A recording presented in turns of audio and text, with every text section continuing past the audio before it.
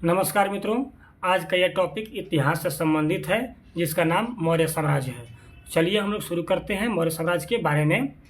और आपसे हम उम्मीद करते हैं कि आप इस वीडियो को बिना स्किप किए हुए पूरे देखेंगे। ठीक है, चलिए हम लोग मौर्य साम्राज्य के बारे में समझने का प्रयास करते हैं। मौर्य साम्राज्य जो है इसका अस्तित्व 322 ईसा पूर्व से लेकर के 185 ईसा पूर्व तक रहा है। और इस वंश के बारे में जो जानकारियाँ मिली है वो तीन तरह से मिली है। पहला जो है साहित्यिक तौर पर, साहित्यिक स्रोत के आधार पर। दूसरा जो है विदेशी विवरण। और तीसरा जो है पुरातात्विक साक्ष्य। अब साहित्यिक साक्ष्य में, साहित्यिक का मतलब होता है कि इसमें बहुत सारे बुक्स, ग्रंथ वगैरह लिखे हुए रहते हैं। ठीक है, लिटरेचर के तौर पर। ठीक है, तो इसमें अर्थशास्त्र सबसे ज़्यादा महत्वपूर्ण है। फिर उसके बाद पुराण है, नाटक है और ग्रंथ है। विदेशी विवरण में बहुत सारे विदेशी लोग, यात्री लोग आते थे भारत में घूमने के लिए, तो उन्होंने अपने बुक्स में या अपने पुस्तक में यहाँ के बारे में जानकारियाँ दी है या लिखी हुई हैं। जैसे मेगास्थनीज हो गया, स्ट्रैबो और कर्टियस हो गए। ठीक है, और उसके बाद तीसरा जो है ये है पुरातात्विक साक्ष्य। इसमें अभिलेख वगैरह, स्तूप, गुफा या सिक्का, मृदभांड, ये सब आते हैं। ठीक है, जैसे कि इंस्क्रिप्शन इसको बोल सकते हैं। चलिए हम लोग शुरू करते हैं अब साहित्यिक साक्ष्य के बारे में थोड़ा सा डिटेल में। साहित्यिक जो साक्ष्य है उसमें बहुत सारे बुक्स लिखे जाते हैं। जैसे कि कौटिल्य द्वारा अर्थशास्त्र लिखा गया, विशाख द्वारा मुद्रा राक्षस लिखा गया, सोमदेव द्वारा बृहत कथा मंजरी, जबकि पतंजलि द्वारा महाभाष्य लिखा गया। ये चार प्रकार के जो पुस्तक है ये मुख्य रूप से मौर्य साम्राज्य के बारे में विस्तृत विवरण देते हैं। ठीक है, और बौद्ध ग्रंथ में आपका दीपवंश, महावंश और दिव्यावदान, ये तीन तरह के जो ग्रंथ हैं ये प्रमुख ग्रंथ हैं बौद्ध धर्म के, जो कि मौर्य साम्राज्य के बारे में भी विवरण देते हैं। फिर उसके बाद जैन ग्रंथ में दो है आपका, भद्रबाहु का कल्पसूत्र और हेमचंद का परिशिष्ट पर्वन। ये दोनों जैन ग्रंथ हैं और ये भी मौर्य साम्राज्य के बारे में जानकारियाँ प्रदान करते हैं। और इन ग्रंथों में, इन पुस्तकों में सबसे ज़्यादा महत्वपूर्ण ग्रंथ है वो है आपका अर्थशास्त्र, जिसमें मौर्य साम्राज्य के साथ साथ, मौर्य प्रशासन के साथ साथ चंद्रगुप्त मौर्य के जीवन पर भी डिटेल मिलता है, विवरण मिलता है। ठीक है, फिर उसके बाद आता है आपका विदेशी विवरण। विदेशी विवरण में आप सभी को पता होगा कि विदेशी में जो सबसे इम्पोर्टेंट है मेगास्थनीज, जो कि उन्होंने किताब लिखा था, इंडिका नाम का पुस्तक लिखा था। उसमें मौर्य इतिहास की जानकारी बताते हैं, देते हैं। ठीक है, तो ये विदेशी विवरण में सबसे इम्पोर्टेंट है ये।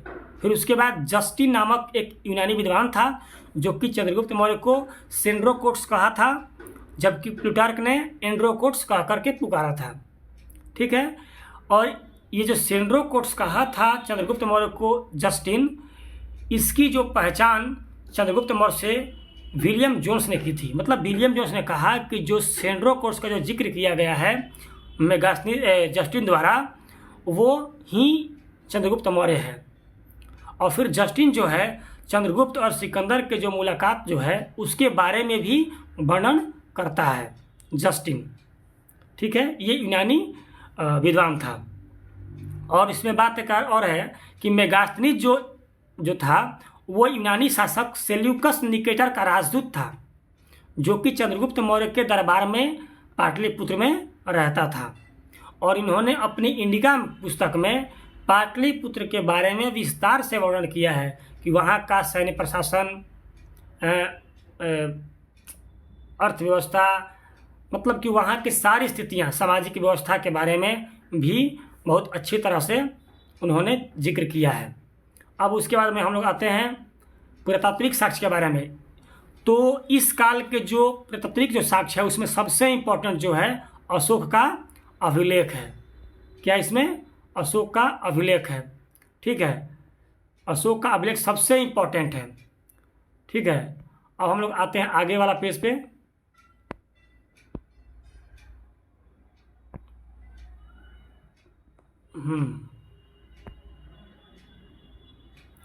तो इसमें जो है अशोक के अभिलेखों के अतिरिक्त शक महाक्षत्रप रुद्रदामन का जूनागढ़ अभिलेख भी मौर्य इतिहास के बारे में जानकारी प्राप्त करता है।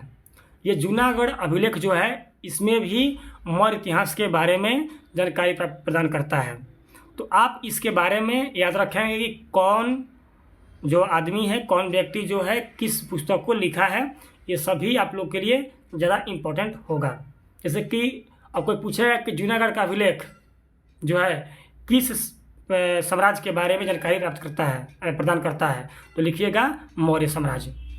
अब इसमें एक आता है कि मौर्यकालीन इतिहास की जानकारी काली पॉलिश वाले मृदभांड या चांदी व तांबे के सिक्कों से भी मिलती है।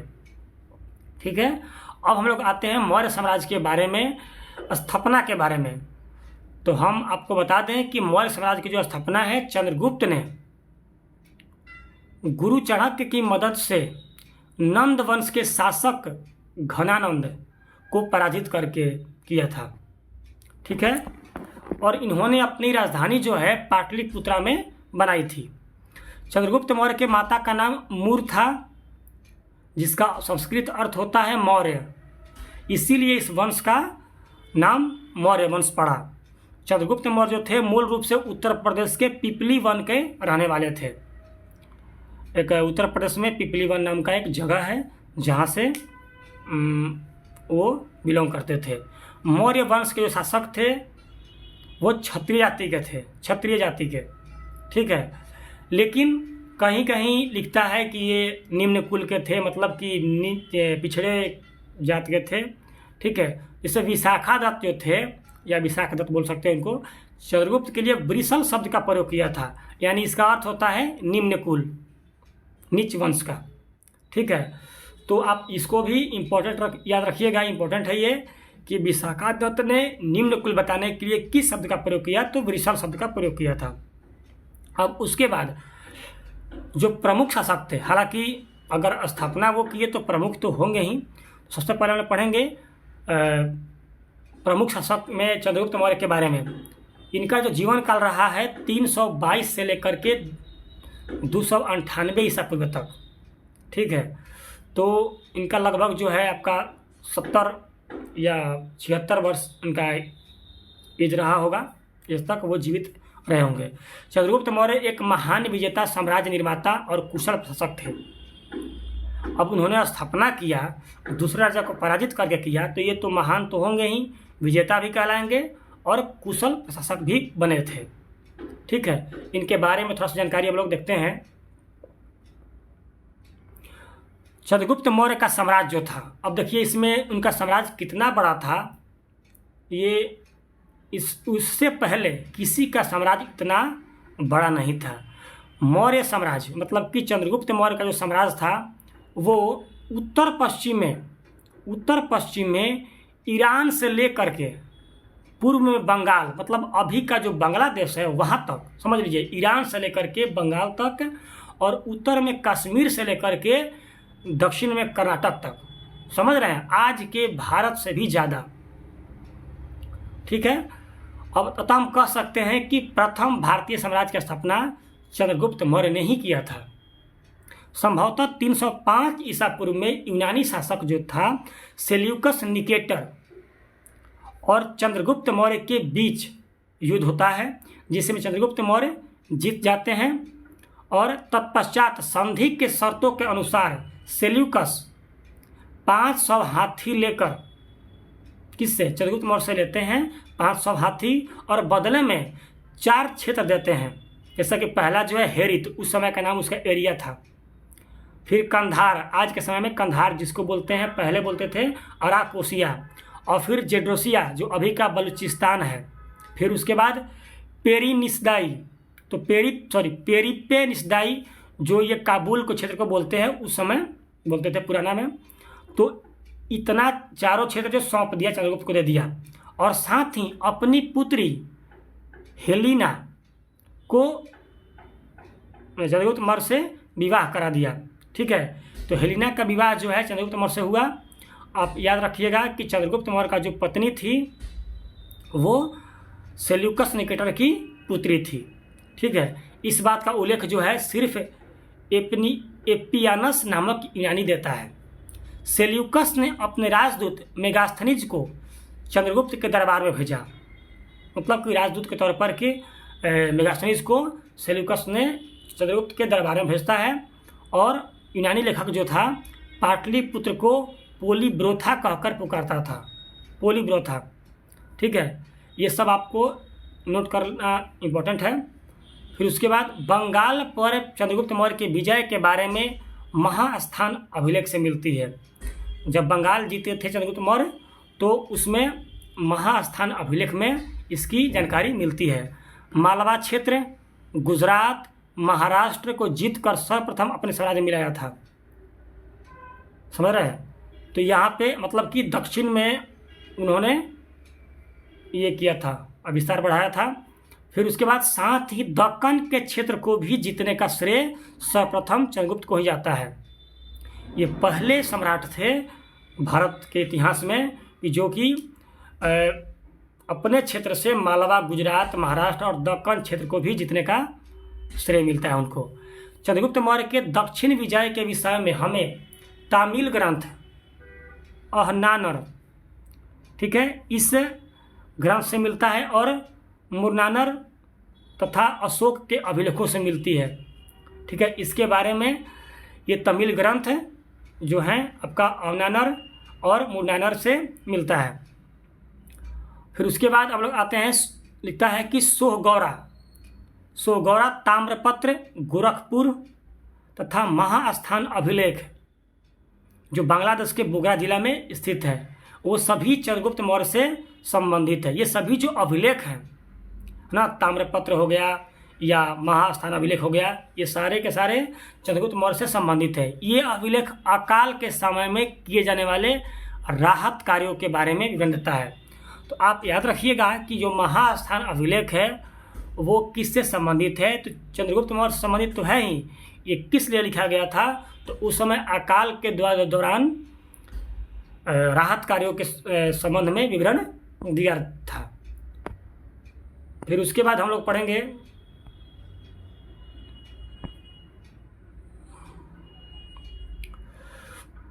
रुद्रदामन के गिरनार अभिलेख से ज्ञात होता है कि चंद्रगुप्त मौर्य ने पश्चिम भारत में सौराष्ट्र का प्रदेश जीत करके अपने प्रत्यक्ष शासन के अधीन कर लिया। इस प्रदेश में पुष्यगुप्त जो चंद्रगुप्त मौर्य का राज्यपाल थे, उन्होंने सुदर्शन झील का निर्माण करवाया। ठीक है, मतलब ये गिरनार अभिलेख से प्राप्त होता है कि सौराष्ट्र प्रदेश जीत करके अपने शासन का अधीन कर लिया और इस प्रदेश में उनका जो राज्यपाल था पुष्यगुप्त, उन्होंने क्या करवाया, झील का निर्माण करवाया। जैन ग्रंथ राजावली कथा के उल्लेख मिलता है। राजावली जैन ग्रंथ राजावली कथा के उल्लेख मिलता है कि चंद्रगुप्त मौर्य अपने पुत्र बिंदुसार को गद्दी सौंपा। अब ये भी क्वेश्चन उठ सकता है कि किस ग्रंथ के आधार पर हम कह सकते हैं कि चंद्रगुप्त मौर्य बिंदुसार को गद्दी सौंपा, तो ये आपका हो जाएगा राजावली कथा। ठीक है, चंद्रगुप्त का महल लकड़ी का बना था, ये भी इम्पोर्टेंट है। परिशिष्ट पर्व नामक जैन ग्रंथ यह उल्लेख करता है कि चंद्रगुप्त मौर्य जैन धर्म को अपने जीवन के अंतिम चरण में अपनाया। मतलब कि चंद्रगुप्त मौर्य थे, जैन धर्म को अपना लिए थे, लेकिन जीवन के अंतिम चरण में। ठीक है, चंद्रगुप्त जो थे जैन मुनि भद्रबाहु से दीक्षा ली। ये हमेशा क्वेश्चन में आता है कि चंद्रगुप्त मौर्य जो थे किस जैन धर्म के मुनि से शिक्षा ग्रहण की, तो आप याद रखिएगा भद्रबाहु। चंद्रगुप्त मौर्य अपने जीवन काल का अंतिम समय कर्नाटक के श्रवणबेलगोला में बिताया। मतलब कि जीवन का अंतिम समय जो था कर्नाटक में एक जगह है श्रवणबेलगोला, वहाँ पर बिताया। और तथा 298 ईसा पूर्व में उपवास द्वारा शरीर त्याग दिया, जिसे जैन धर्म में सलेखना या संथारा कहा जाता है। उन्होंने 298 में उपवास के दौरान, मतलब उपवास किए थे, है ना, उन्होंने शरीर त्याग दिया और जैन धर्म में इसको सलेखना या संथारा भी कहते हैं। प्लूटार्क के अनुसार चंद्रगुप्त मौर्य ने 6 लाख की सेना लेकर के चाणक्य संपूर्ण भारत को राउंड डाला।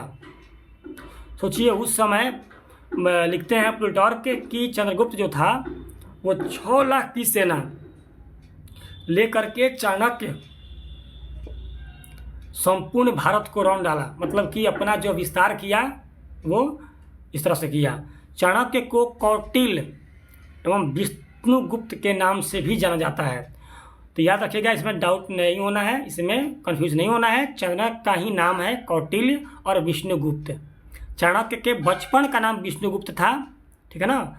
विष्णुगुप्त जो था वो चाणक्य का बचपन का नाम था। फिर उसके बाद कौटिल्य बना, फिर बाद में वो चाणक्य के नाम से फेमस हुए। फिर उसके बाद चाणक्य चंद्रगुप्त के प्रधानमंत्री थे। चंद्रगुप्त के दरबार में प्रधानमंत्री के पद पर विराजमान थे, ठीक है, चाणक्य। फिर आता है महावंश टीका में उल्लेख मिलता है कि चाणक्य तक्षशिला का एक ब्राह्मण था। ये तक्षशिला के एक ब्राह्मण थे चाणक्य, जो कि महावंश टीका में उल्लेख मिलता है। फिर आता है बृहत कथा कोश के अनुसार चाणक्य के पत्नी का नाम यशोमती था, यशोमती। तो ये सब जो है आपका ये फैक्ट के आधार पे ये इम्पोर्टेंट है। चाणक्य ने अर्थशास्त्र नामक ग्रंथ की रचना किया। इस ग्रंथ से मौर्य साम्राज्य के राजनीतिक गतिविधि की जानकारी मिलती है। और कौटिल्य के अर्थशास्त्र की तुलना मैकियावेली के प्रिंस से की जाती है, ठीक है, इसमें ये लिखता है। फिर उसके बाद जब राजा दरबार में बैठा हो तो उसे प्रजा से बाहर प्रतीक्षा नहीं करवानी चाहिए, ये कौटिल्य कहे थे। उनका एक नीति था, बहुत ज़्यादा फेमस था। तो कौटिल्य कहते थे कि जब राजा दरबार में बैठा हो तो उसे प्रजा से बाहर प्रतीक्षा नहीं करवानी चाहिए, है ना, ये कौटिल्य ने कहा था। इनका ये लाइन है। फिर प्रजा के सुख में राजा का सुख निहित है और प्रजा के हित में ही उसका हित है। मतलब कि ये एक तरह से कौटिल्य जो थे प्रजातांत्रिक मैनर के थे, ठीक है ना, कि राजा को जो बताया कि वो जनता के लिए ही होता है, ठीक है। फिर उसके बाद और शास्त्र में 15 यानी 15 अभिकरण हैं और 180 प्रकरण हैं। 15 अभिकरण और 180 प्रकरण हैं, ठीक है। अब उसके बाद हम लोग आते हैं आगे। कौटिल्य द्वारा जो रचित अर्थशास्त्र है वो शासन के सिद्धांतों की एक पुस्तक है। मतलब कि अर्थशास्त्र में ये बताया गया था कि किस तरह से शासन करना है। इसमें बहुत सारे नियमों का उल्लेख है। इसमें राज्य के सप्तांग सिद्धांत का उल्लेख किया गया, मतलब कि 7 अंग। इसमें कौटिल्य द्वारा राजा के 7 अंग, पहला जो है सिरा, उसको ये बोला गया, सिरा को बोला गया कि मतलब सिर जो होता है अंग में वो राजा होता है, आँख और कान जो होता है वो अमात्य मंत्री होता है, जंघा जो होता है वो राज्य होता है उसके लिए, और बाह जो होता है दुर्ग किला, ये जो है आपका सुरक्षा को दर्शाता है, ठीक है। और मुख जो होता है कोष खजाना। तो इन्होंने अपने एक अलग तरीक़ा से इन्होंने सिंबल किया था। फिर उसके बाद हम लोग आते हैं, फिर उसके बाद इसमें लिखा गया है कि जो सप्तांग सिद्धांत था उसमें 6 जो है, छठा जो है वो दंड विधि था। फिर उसके बाद दंड का मतलब वहाँ पे विधि हो जाएगा, और 7वां में मित्र का मतलब सहयोगी हो जाएगा। ये 7 तरह के इनके अनुसार अंग थे, ठीक है। उसके बाद हम लोग देखेंगे कि सप्तांग सिद्धांत के अनुसार राज्य का 7वां अंग मित्र था, ठीक है। अभी हमने बताया कि ये जो मित्र है ये 7वां अंग है। विशाख दत्त मुद्रा राक्षस में चंद्रगुप्त मौर्य की चर्चा विस्तार पूर्वक की गई है, ठीक है। इस ग्रंथ में चंद्रगुप्त को नंदराज का पुत्र कहा गया माना गया है तथा उसे वृषल यानी निम्न कुल का बताया गया है। ये विशाख दत्त लिखते हैं अपने पुस्तक मुद्रा राक्षस में। ठीक है, फिर उसके बाद कुम्हरार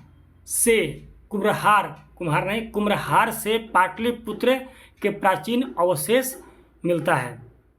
ठीक है, फिर उसके बाद बुलंदीबाग पाटलिपुत्र का एक प्राचीन नगर था, यहाँ से लकड़ी का विशाल भवन मिला है। इन्हें प्रकाश में लाने का श्रेय स्नूपर महोदय को है।